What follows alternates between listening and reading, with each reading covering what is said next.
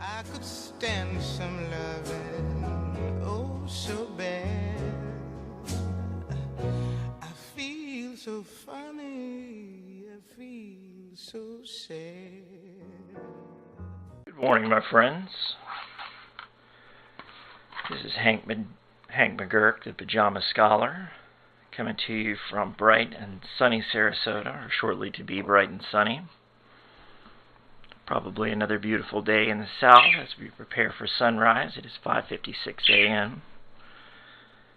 I hope you don't mind the sound of studio life. We have the parakeets here that are sure to chime in as the sun rises. They enjoy the show, I hope, hopefully as much as you do.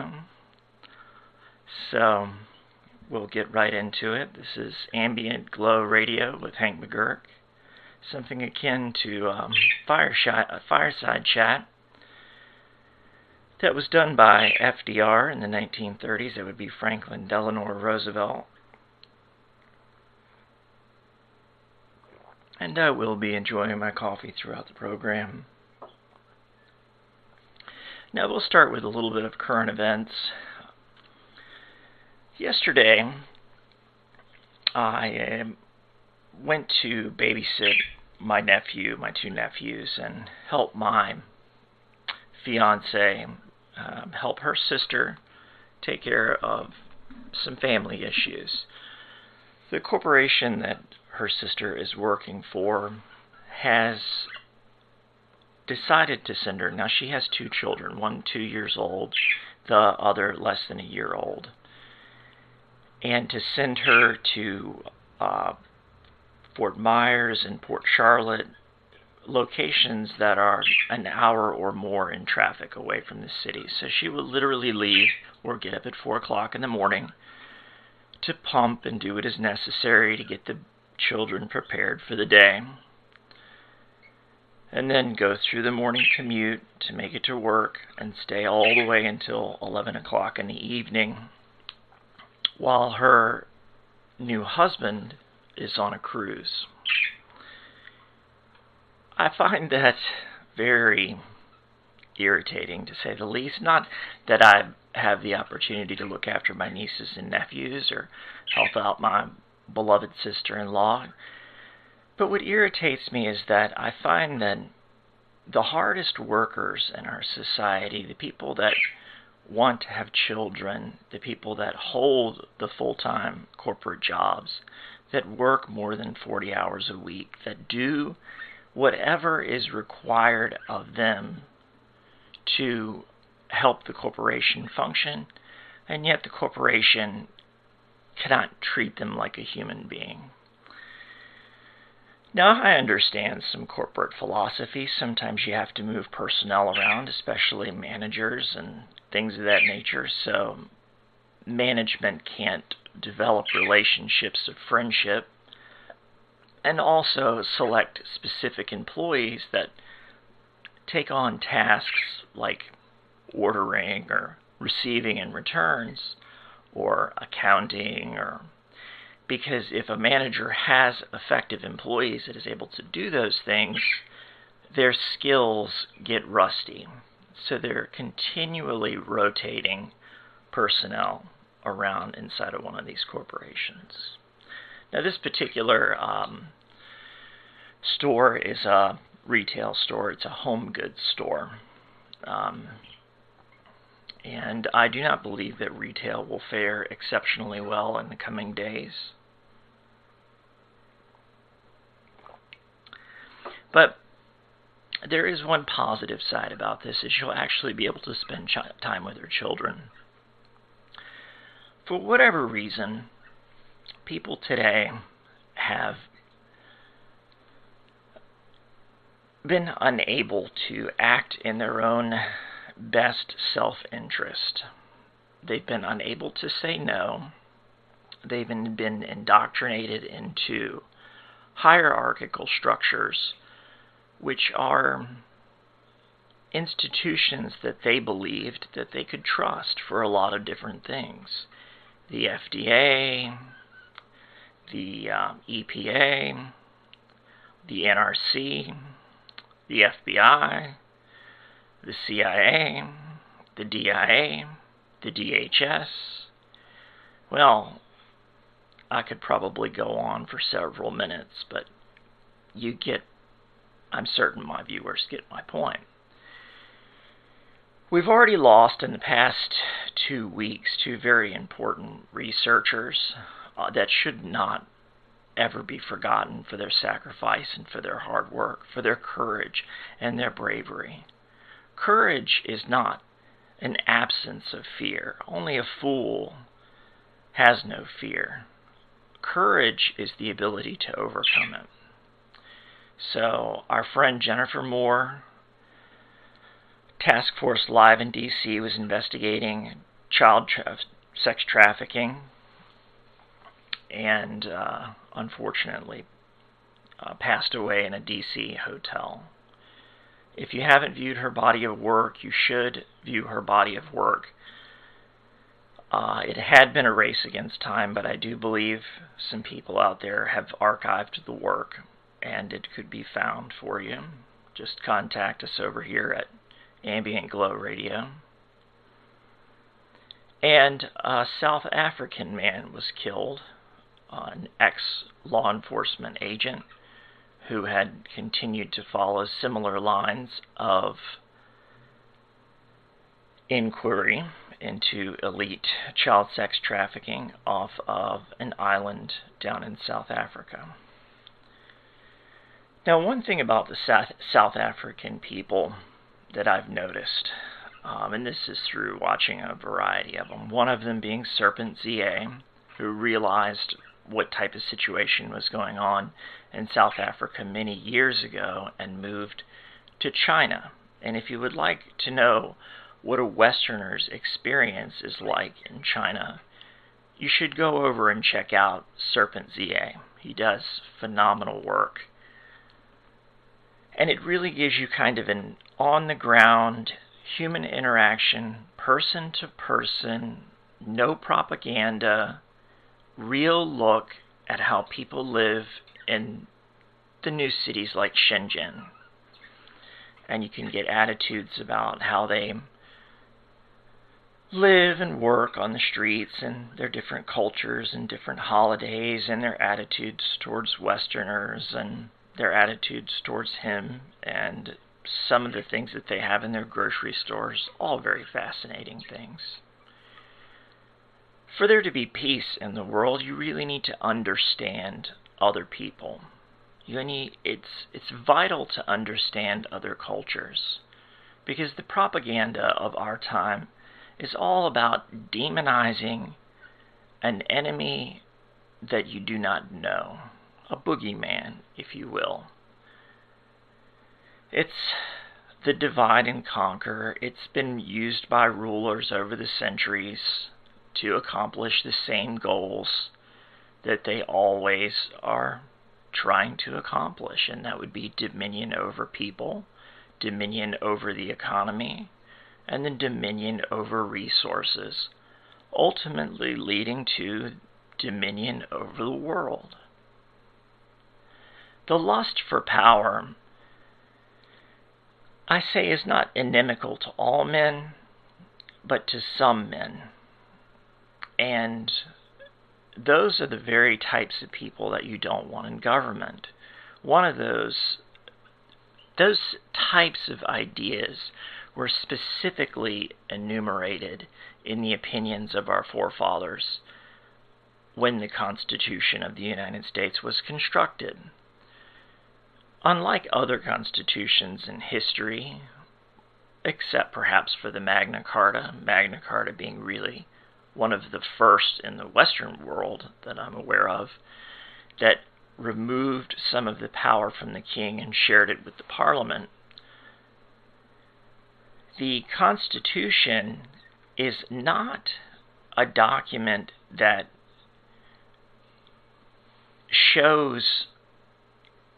outlines the framework of what the government can do, but rather what the government cannot do. It is a series of laws that the government must respect to represent the people.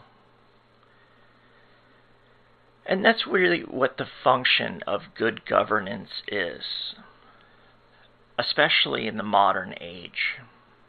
People need to be able to address their grievances and speak about them openly and frankly. They also need the right to defend themselves, because without force, someone with force will enforce their will on you. And that would be more akin to the law of the jungle. Might makes right. Unfortunately, that's an old proverb, and if it's a proverb because it's been spoken throughout history and throughout the centuries, because it's been accurate.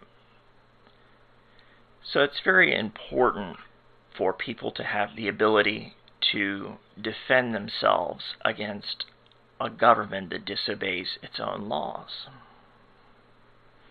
Now, I want to bring to your attention in this episode something specific about corruption. And we think that today, in modern times, that we're seeing an unprecedented scale of corruption. And it may be so, but scandals and corruption have been going on for a long time in politics. It's really part of the game. Many of us citizens we understand that it takes a little bit of grease sometimes to get the wheels of machinery moving in one direction or another. But what happens when the grease of that machinery is no longer fed into the social structure, or it is spent on net negative projects where greater investments are put in for the output that is received? It's money poorly spent, resources that are wasted. And I bring this up because something surprised me a great deal the other day, and that was in looking at some texts that was on a bookshelf as I explored for a person that would or had been training to become a teacher. Now, in my background, many of my family members in my large family have been civil servants, and many of them have been school teachers, elementary school teachers, focusing in math, coach, which would focus in history and mathematics, a middle school to high school teacher, focused in mathematics. My great-grandmother would have been born around 1900, 1901, and taught right around, in the 28, towards the Great Depression era and so forth. She taught 4th grade. And things were very different at those times. And why they were different, and why a lot of my family members actually left education, was because of these new programs that were being centrally instituted by a power structure in D.C. And they couldn't deal with the corruption, so they walked away from it. They could not effectively teach.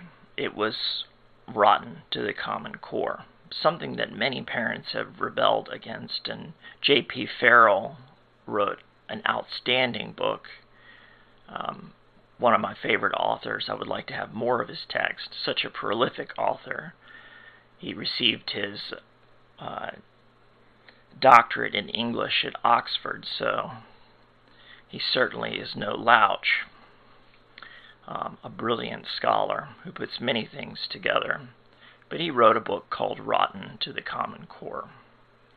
Well, as I analyzed these 2 books that I had picked up off the shelf, the first book was written by 2 women from Long Beach, California, and two more people, one in Washington, D.C., and the other from a think tank in Arlington, Virginia, the belly of the beast. See, they centralize the resources for education, and then they can take the graft from taking everybody's local money and sending it to a central place and then dispersing it on the programs that they deem fit, therefore taking the power out of the hands of the communities. Now, right back in 1901, the early 1900s, the school teachers were well known by their communities, and they worked closely with the parents. And one school teacher taught all of the subjects for the entirety of the day, and when the day was over, there was no homework assigned. There was no switching of the bells. There was no constant interruption. Schools were not built like prisons. Classroom sizes were smaller. Children were generally more attentive because there were parents in the household. In fact, a funny story here. Back when my great-grandmother was teaching, there was a particularly disruptive student in her class. And she was known to be a hard lady. She'd smack you on the hand with a ruler if you were out of line. And this one kid, she locked him in the closet. She locked him in a little closet and then forgot about him and left him there overnight. Quite funny. Now today, the teacher would be fired for that, you know. But it's, of course, the parents came out, and that's anecdotal. I don't know how much the story is really embellished, but those types of punishments were inflicted. Children will not respect you if you do not discipline them. One thing about children is they have the most plastic brains. At no time in the rest of our development have we such an ability to learn so many different things so quickly. Really grasping concepts not only of kinesthetics and being able to handle a fork or grab or walk or stand or jump or lift or run or kick, all the other things that kids do, but to read, to learn mathematics. And for whatever reason, our culture has coddled or babificated children that are now around 2. Well, he's only 2. He can't use a fork. He's just a baby. It's almost like parents have this expectation nowadays that children just automatically absorb this information without being taught. So, I taught my nephew with a fork. I was going to instruct him how to use the fork. So I would show him we were cutting cinnamon rolls. To use the flat of the blade, push down, pull, flip it over so the tongs are facing away from you, spear it from above, and eat. So he was using his left hand. I'm ambidextrous, so I used my left hand. I got on his side so I could show him the position, and we practiced together over and over and over and over again until he grasped the concept. And then, by the end, in the very beginning, he was trying to use his fingers and tear apart the sticky cinnamon rolls with his hands. By the end, he was able to effectively use the fork to spear the food and put it in his mouth. And he was greatly pleased. And he was pleased that I was pleased, because he had learned something. Children are so naturally curious. There's something in a joy that you can see in their faces as they're learning. and their attention is laser focused on what you're teaching them. But it requires patience, and it also requires specific technique. Now, when I first came over, the television was on, and I've warned about alpha state, beta state programming and the harm that it has done to previous generations and the harm that it is doing to our generation, and especially the millennials. What happens when you leave a television on to educate a child for a long time? It basically zombificates them. There are colors and flashes and frequencies and sound that work on alpha state programming and then beta state programming, so they become a bit more relaxed and pliable. And it becomes very difficult, if they watch too much television, to be able to focus on tasks outside of the world of television. Because one thing about television, and especially children's programming, is it's on a time scale that's very different than reality. So it grows and fosters a sense of impatience, because things are accomplished in a television show, a 30-minute or an hour-long television show, that could never be accomplished in real life. So this reinforces an attitude of instant gratification, and if I can't do it immediately, then I don't want to do it at all. It fosters almost a sense of resistance to learning. And so I cut the television off. And as I had projected, anticipated, expected, there was a withdrawal symptom almost. Such a negative response. Immediately, it was almost like someone had taken someone's drugs away from them. Anger, confusion, crying, throwing a tantrum, an inability to concentrate, total confusion, wanting it back, throwing a tantrum for a very long time, just for the simple act of cutting off the television. And this wasn't even a program that he was particularly interested in. It wasn't one of his favorites. I wasn't coming in to be evil. I was just shutting off this extra sound. And what that also did was it lowered the ambient volume in the entire household, which allowed the children to listen instead of being distracted. Now, I found that my fiancé would consistently and constantly be yelling in order to command the attention of the children, whereas I took a different approach. I eliminated all of the distractions and other sounds, lowered the ambient temperature or ambient volume of everything going around. I lowered my voice nearly to a whisper, and I began to whisper in my conversations with my fiancé. And what this did was it calmed the children, and it also made them focus much harder on what I had to say. Now, children are not deaf. They have very good hearing. They just pretend that they can't hear you. And this is something I'm well aware of by having a half chow, half golden retriever. They're very strong-willed dogs.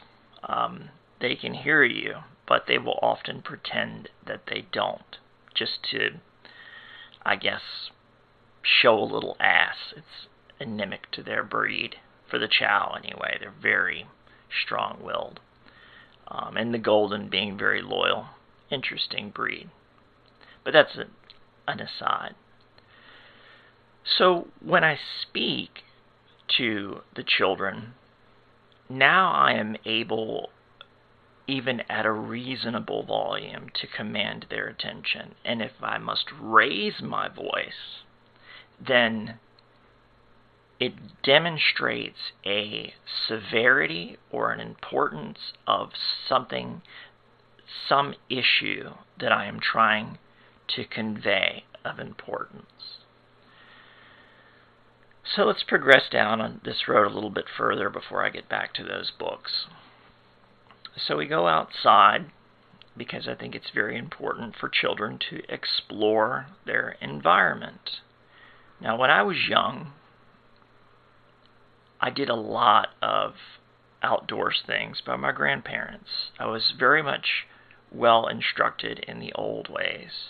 And by the old ways, I mean fishing, crabbing, hunting, tracking, game trails, navigation, cooking, skinning, shooting. I held the first gun that I ever held was a Red Ryder BB gun at an age where I did not even have the physical strength to lift the gun and hold it steadily.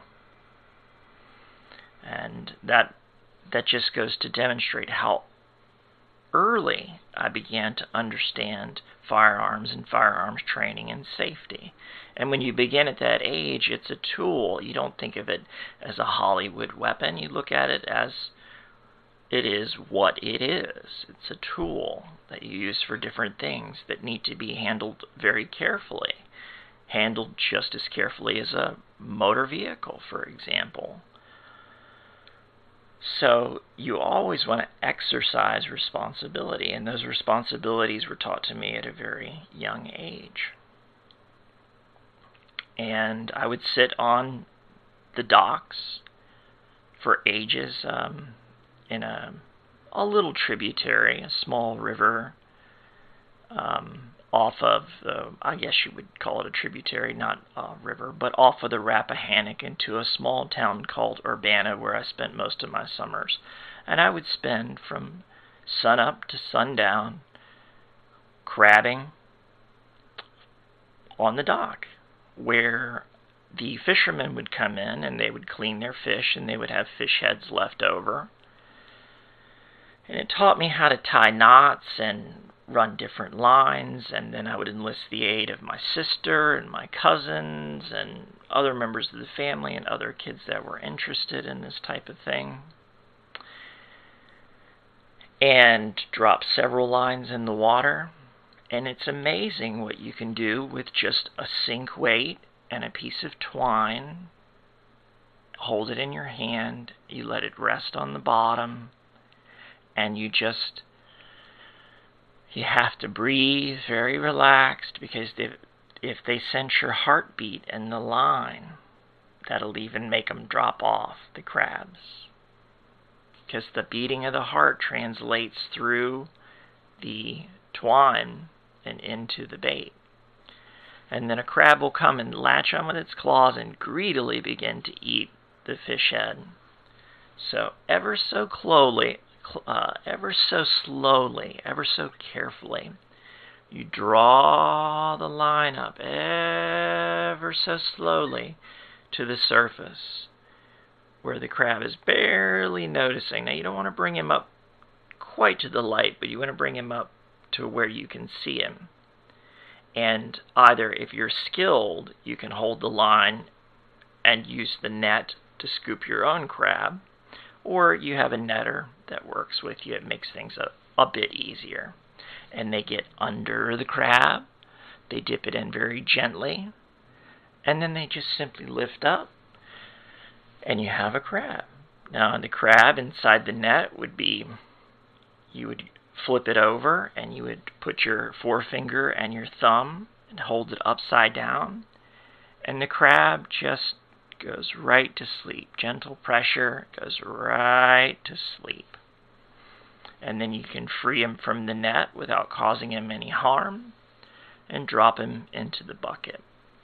And when I was a kid, the Chesapeake Bay was in very good shape. And for a full day's worth of labor, I could yield enough for my grandmother to put into a big boiling pot of Old Bay and feed about 8 people very comfortably. We always enjoyed cracking crab, and then we would play cards, or they would play cards, and we would be headed off to the next thing. So these were all skills that I was taught the old ways.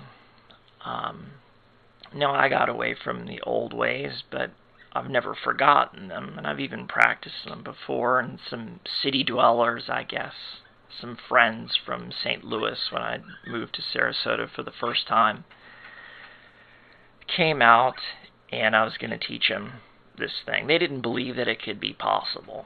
They thought it was insane. How can you use a fish head and a 2-ounce sink weight and a piece of twine and a net and catch anything to eat? That's impossible. There's no way. And I demonstrated that it was possible.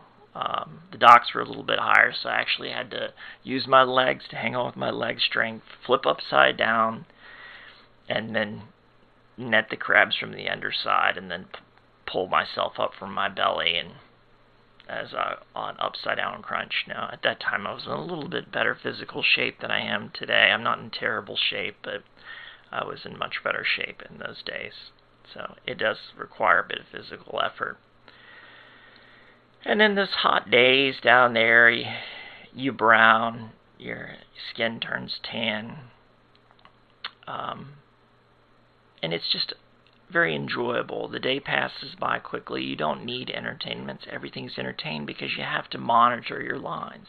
And it's fun. There's something very fun about providing for your friends and your family such a delicious meal. And crab, blue crab, is a delicacy known around the world, especially from the Chesapeake Bay.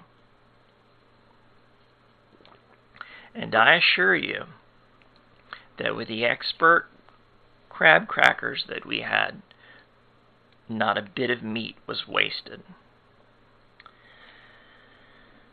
So that's just a little bit of background on the way that I see things about the old ways and how important it has been for me and my life to preserve the traditions of the old ways. I've often been asked by my fiancé and others, Hank, why do you always do things the hard way? You know you can write an email. Why are you writing a letter? Why are you going to go and work the most physically intensive, demanding job that you can possibly think of for a low amount of pay when you have an education and background and contacts in finance where you can make 10 times the amount of money and maybe even 6 figures? Why would you elect to work for $12 or $13? Why must you always do it the hard way? I do it the hard way for my love of knowledge and the pursuit of wisdom and the gathering of other skills. To me, more valuable than gold, more valuable than silver, more valuable than money or baubles or big houses, it's wisdom, it's knowledge, and the pursuit and accumulation of knowledge. The more knowledge, the more skills, the more experiences that I'm able to absorb, I find myself to be a richer individual, both spiritually and mentally. And with that sort of insight, with that level of study, you're not going to be generally finding yourself in a position of hardship, because that level of scholarship and study enables you to prepare for the future based on trends in the past.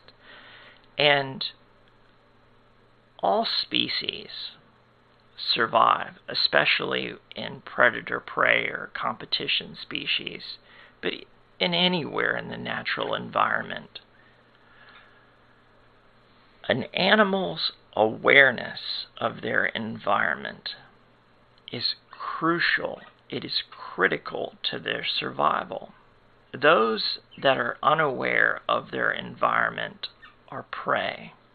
They're easy targets. And nature culls the weak.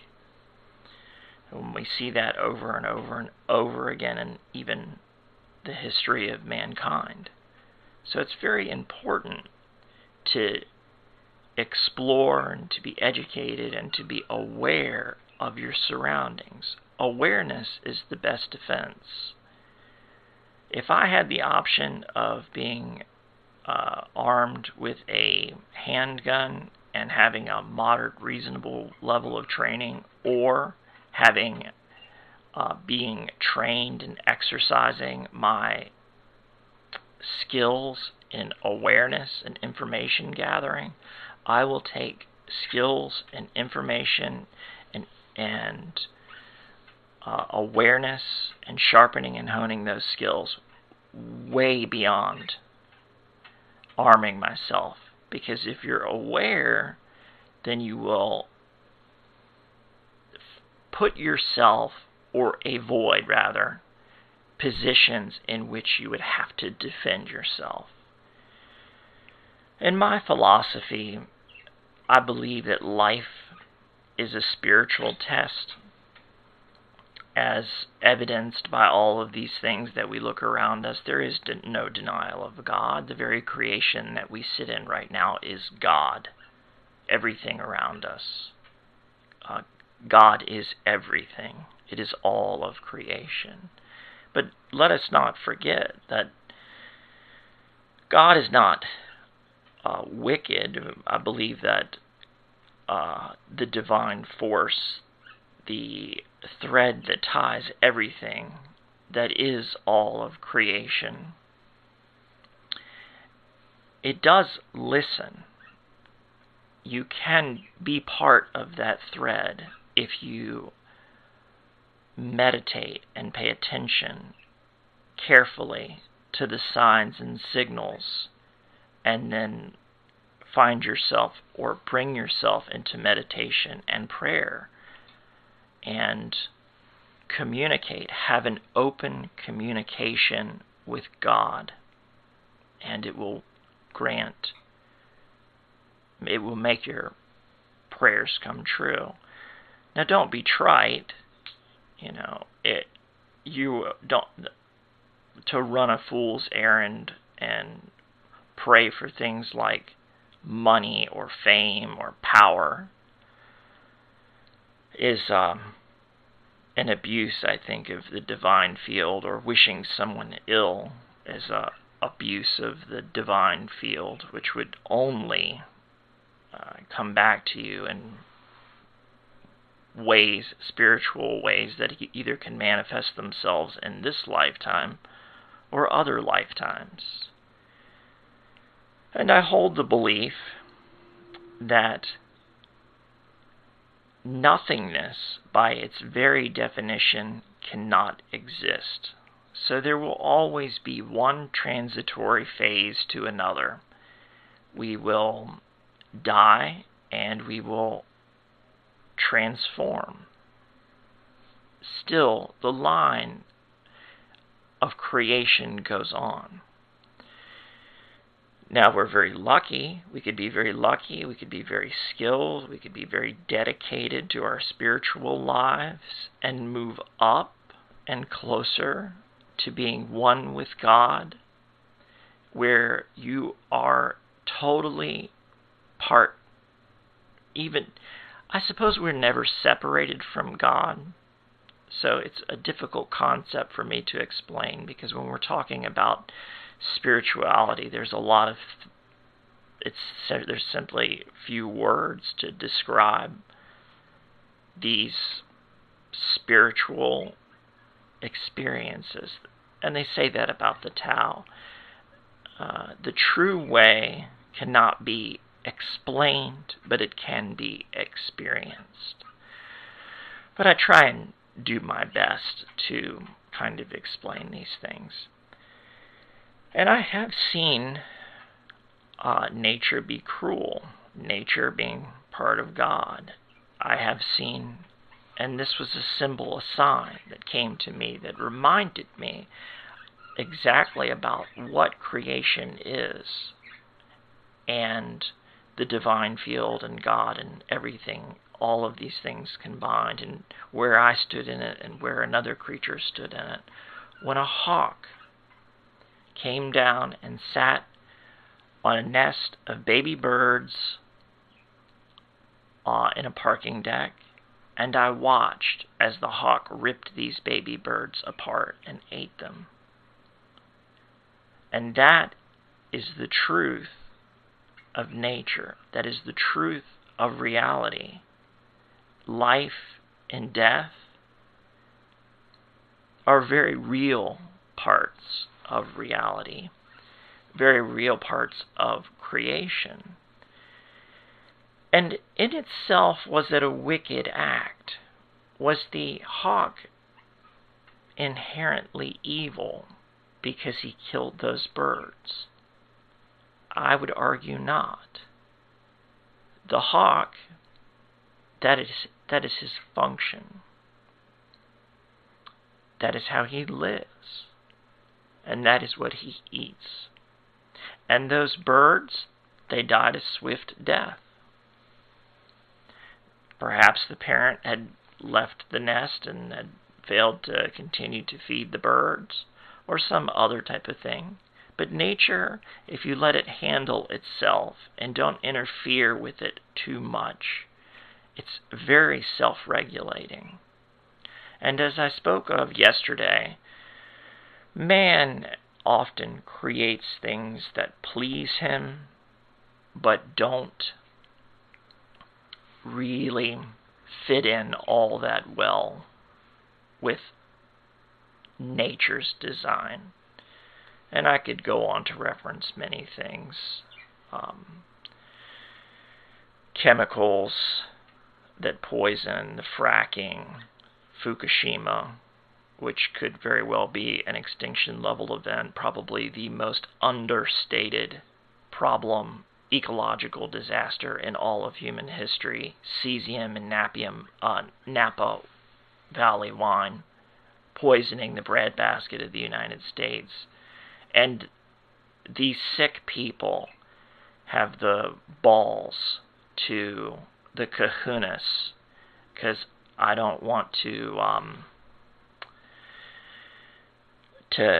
denigrate balls or to disparage balls, because what I'm talking about here is pure evil, where they have elected to have the Olympic Games at the Fukushima prefecture. To do what precisely? To convince the world that it's not harmful? Well, friends, that's not the way that radiation works. You get those harmful man-made particles into your body, and they're going to continually damage the cells and destroy the DNA around it. And here, too, is another dirty little secret. Japan was forbidden to make nuclear weapons after World War II.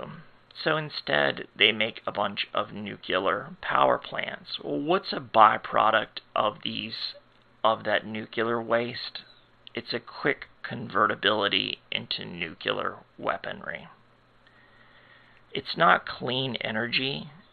It's far from it. The waste that's sitting out there today can't be handled. The plants that we have here in the United States, the life of all these plants as they were designed by engineers that really probably did have good intentions back in the day, assuming that their invention could have been handled responsibly, solving the energy crisis, ending wars by responsibly handling these nuclear technologies.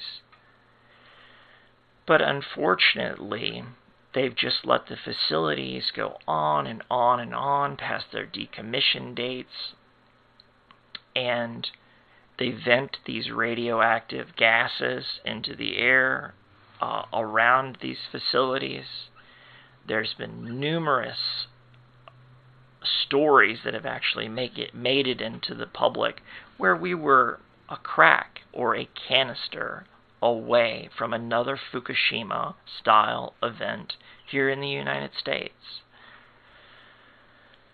So we really need to apply the funding and the knowledge and the know-how to make sure that we are not poisoning the environment with such dangerous, dangerous things, and then propagandizing the people to believe that it's okay to have a little bit of cesium in your wine. Oh, it's diluted, just a little bit, no big deal.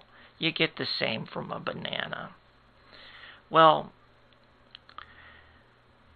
the radiation that you get from a banana is different from the radiation that you get from these radioactive isotope byproducts from nuclear waste.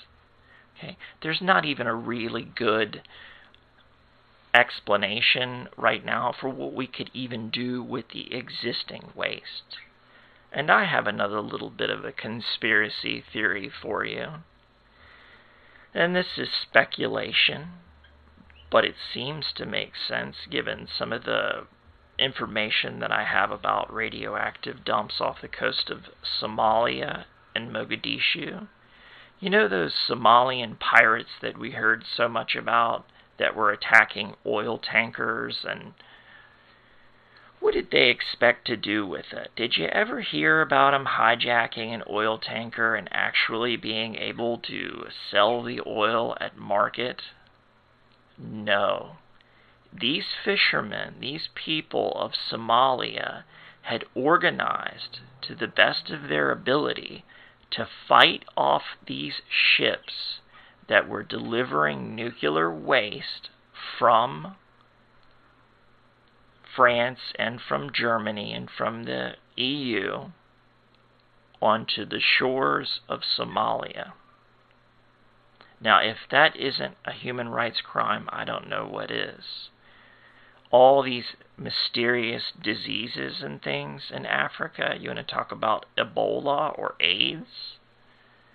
Well, let's take a look for a moment about what the effects of exposure to nuclear waste might be, or to eat those tainted seafood, to bring in these massive tankers and drop the world's nuclear waste without any containment in one of the poorest countries on earth, because they know that they cannot defend themselves, and then to give us this propaganda that we sent the Navy SEALs out on this ship, and those Somali pirates, they came up and pew, pew, pew, we shot them in the head with their suppressors. That's how good our men are.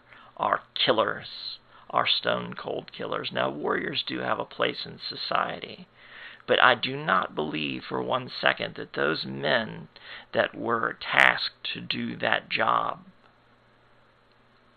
were told exactly why they were going to kill those men.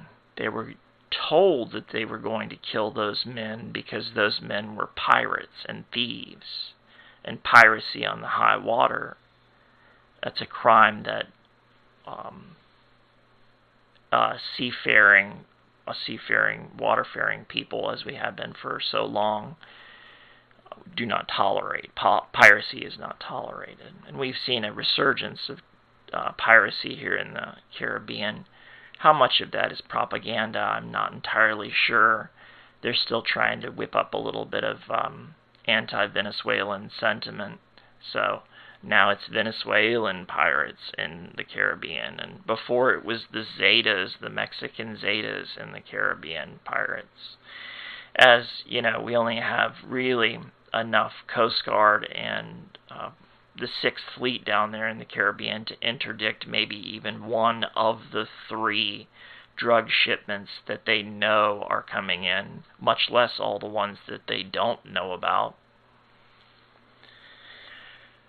So, again, I digress a bit. I've gotten a bit off topic, but those topics are important. So let's get back to these books, these 2 books that I was looking at, these Common Core.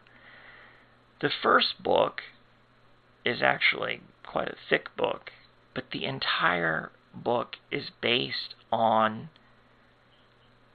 how teachers are scored and how their scores are weighted and what their principals and their municipalities and what kind of funding they're going to get and how to deal with mixed demographic children and students, and how to segregate the kids and divide them into these peers or tiers, this pyramid-shaped tier where you have 5% here and you have 10% here, and then you have the bottom 85% having different abilities. And I suppose I can get on to my education, my special education, and those types of programs a little bit later, maybe in a different episode. When I was younger, the exploits were quite legendary. Kind of some funny stories and funny things, but another story for another time. The second book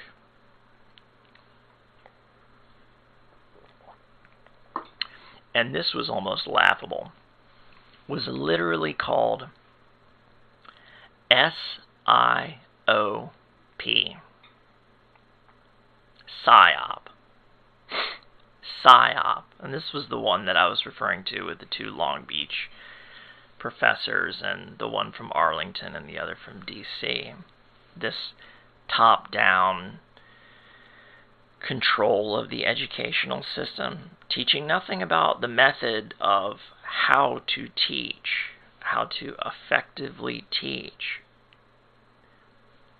but more the fun and games about scoring and what would be done and how these schools are going to be organized, and how to get the grant money, and how your scores as a teachers are tabulated. So if Mr. I forget what the guy's name was they use in the book, so I'll use Mr. Leahy. If Mr. Leahy scored, it goes from NA to 1 to 2 to 3 to 4 is the scoring. So if he had 20 subjects in which he scored a 4, then it would be, 80. It's a little early in the morning here. 80, and then say he had 5 scores that were at 3 for 15, and that he had, 2 scores at 2 for 4, you would take the total points that you could possibly get and then add up the totals and then get your your teacher effectiveness sort of test.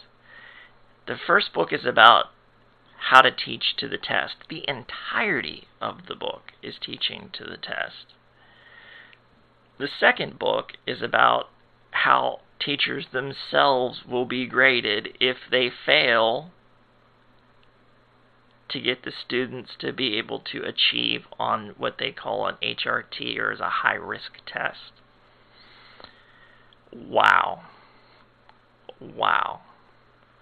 That's German-style international fascism to the maximum, frankly. That is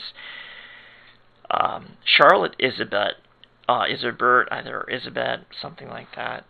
It'll be in my playlist. If you look down at PsyOps and Subversion, you can listen to her full interview where she was a teacher in Maine, seeing a lot of these policies instituted, and she realized that it was subversion of the United States educational system. And she goes on at great length at this. She's a very bright lady, and she's old now and still sharp as a tack. She is a brilliant lady, and she lays it out straight for you. So, if you want to take the most advantage of my channel, the best way to do that is to actually go to the channel, and then you can go down into the playlists, and you can see different things that are relevant to these discussions. So I would highly recommend that you take the time to listen to Charlotte Iserbyt, her interview, the dumbing down of the Americans, or the dumbing down of the American educational system. There's one in there I put by the Higher Side Chats that's not a full interview. I did put one in there that was the actual full interview. I just wanted to put the Higher Side Chats in there as well because I feel like they do a fairly good job of exploring some esoteric and other type of topics, which is a bit fun. So I just put that in there to try and bring a little exposure to some channels that I like and that you may enjoy. Well, it is now 6:52 a.m. I didn't quite get to 1880 today because we were busy talking about the times of today and the recent experiences I had while they were fresh. A little bit of history, at least my personal history, and how things have changed generationally and how important it is to preserve the old ways. But know this, and take comfort in this. Discussions are being held around, personally, face-to-face, between all different types of members of your communities, and through shows like this, international communities. And again, hello to my friends in Canada and in Germany and the greater United States and parts beyond. But these conversations are being held more so than others. I guess there is a normalcy bias, an unwillingness to see the future or even recognize that things like this have happened in the past. I find people are going to probably, for the most part, be woefully unprepared for what will come next. So I spend a great deal of my time in research, putting together plans for sustainability and growth in these hard economic conditions. And I hate to borrow a phrase from the Freemasons, who are not the Illuminati. Okay, I'll make that distinction now. Now, there may be Illuminati that have infiltrated Masonic lodges, but the Masons themselves are not the Illuminati. But it's in a mystery school, in a secret house, it's very hard to keep the rooms clean, if you get my meaning. Where the left hand doesn't know what the right hand is doing. So, but ab ordo ad chaos, ab ordo ab chaos, essentially meaning out of chaos bring order. And when I see difficulty or I see hardship, I also see opportunity.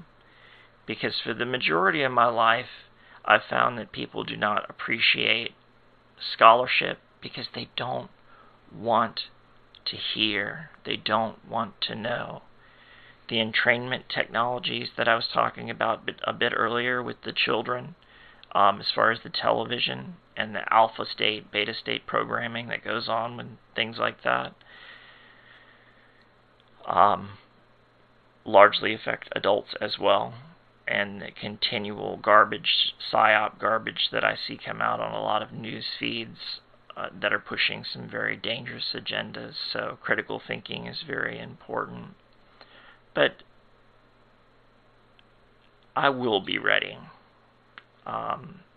And from Ambient Glow Radio, Hank McGurk, me to you, if you're interested in this project, if you're interested also in the project for the memorial for Jen Moore, I would like to hear from you.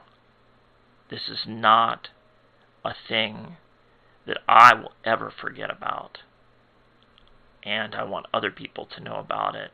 And I want to bring back art. I want to bring back some culture.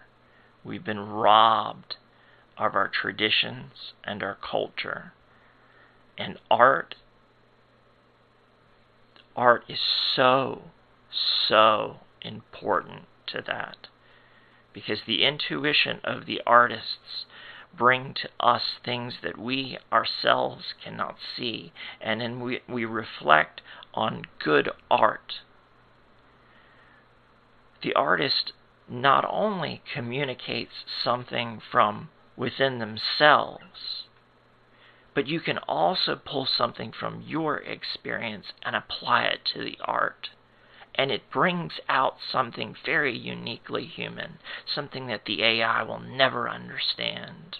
It could try and emulate, but it will never understand the feeling, that communication, that nonverbal communications. Because as I was speaking earlier about spirituality, there are, in many instances, not words that are going to be sufficient enough to describe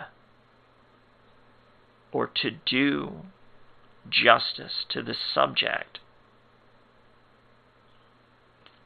for the discussion at hand. And that is why art is so critical. And so we will press forward. If you're interested in, I'll continue to outline some of these plans. Hopefully, we'll get Back to the Future, to borrow one of those shays from the phrase cliches. We'll head to 1890.